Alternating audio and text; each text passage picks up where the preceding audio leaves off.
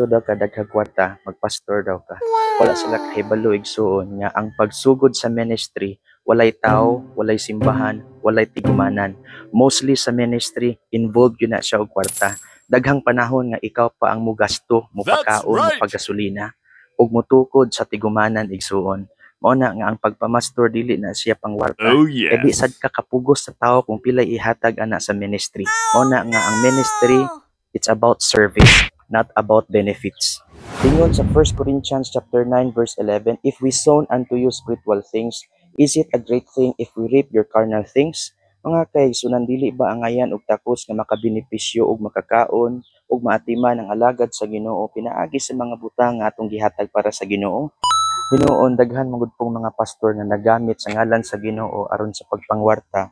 O nang kinahanglan, we should be discerning kung kinsa atong angay suportaran o kinsa ang dili angay natong suportaran sa buluhaton. That's God bless right. you.